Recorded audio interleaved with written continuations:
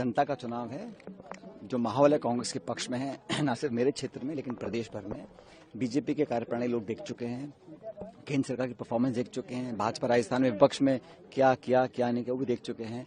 जो बिखराव है और जो एक सत्ता में आने की जो वो ललायत है वो जनता देख रही है। तो मुझे लगता है कि अच्छे बहुमत के साथ सरकार कांग्रेस पार्टी की बनेगी राजस्थान। पायलट साहब, चूंकि ईडी का भी प्रवेश हो चुका है चुनाव के दौरान, काफी कार्रवाई हो रही है। बीजेपी कह रही है कि यदि भ्रष्टाचार नहीं तो डरने की बात नहीं है, लेकिन आपके नेता कह रहे हैं कि ये सब कार्रवाई जो है चुनाव के मतदान से ठीक पहले क्यों याद आई है? 5 साल से किसी ने कोई कार्रवाई करी नहीं और इन एजेंसीज का दुरुपयोग हो रहा है। ये मैं नहीं कह रहा हूँ, पूरा देश कह रहा है और जानता है। बहरहाल वो केंद्र सरकार में है, वो कर सकते हैं, लेकिन मुझे लगता है पब्लिक इस बात को जान रही है कि जो चुनाव की हार की डर की वजह से इस प्रकार एजेंसी का दुरुपयोग हो रहा है।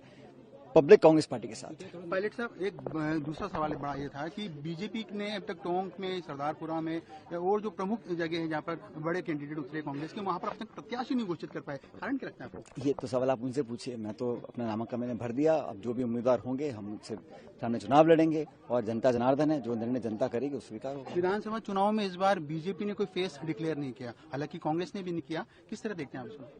इसमें देखने की बात क्या हो, तो उनका निर्णय बीजेपी का। हमारी पार्टी ने कभी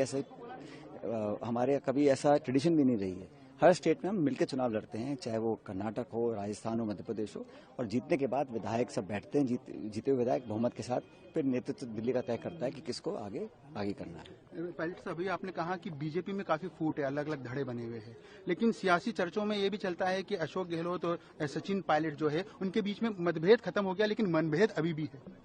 ये पता नहीं आप कैसे कह सकते हो? आपने किसके मन में झांक के देख लिया? हम तो मिलकर काम कर रहे हैं, पार्टी के लिए काम कर रहे हैं। हमारा सामूहिक ऑब्जेक्टिव यही है कि कैसे पार्टी को दोबारा बहुमत में लेकर आए। जो हमारी पिछली बार हार हुई थी, जो हम 21 पे रह गए थे, कभी 50 पे रह जाते हैं, उस पार्टी को तोड़ने के लिए मिलकर हम लोग काम करेंगे तभी संभव होगा ना। और ये जो है भारतीय जनता पार्टी के साथी जो बोलते हैं, तो उनको तो ये बोलना चाहिए हमारा 5 साल के लिए राजस्थान के लिए विजन है। वो तो सिर्फ धार्मिक मुद्दे, जज्बाती मुद्दों को लेकर सामने आते हैं। परफॉर्मेंस और युवाओं के लिए, किसानों के लिए जो उन्होंने काम किया होता तो उसके आधार पर चुनाव लड़ते, तो मैं उस बात को मानता हूं। एक लास्ट सवाल है मेरा पायलट साहब, क्योंकि पिछले विधानसभा चुनाव की यदि बात की जाए, आप पीसीसी चीफ थे, उस दौरान अधिकतर कांग्रेस के कार्यकर्ताओं के मन में था कि सचिन पायलट मुख्यमंत्री बनेंगे। बीजेपी के जितने भी गुजर कैंडिडेट थे उनमें से एक भी नहीं जीत पाया। वापस से चुनाव 5 साल बाद हो रहा है। आपको जानकारी है कि प्रदेश में हर समाज के लोग रहते हैं, हर जाति के लोग रहते हैं, बिरादरी के 8 करोड़ लोग रहते हैं। यहाँ किसी एक कास्ट, एक धर्म, एक जाति समुदाय की बात करना मैं समझता हूं गलत है।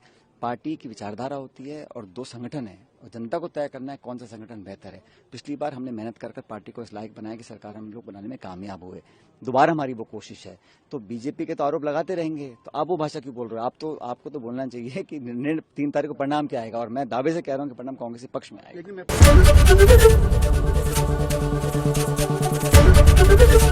एबीपी गंगा, खबर आपकी, जुबान आपकी।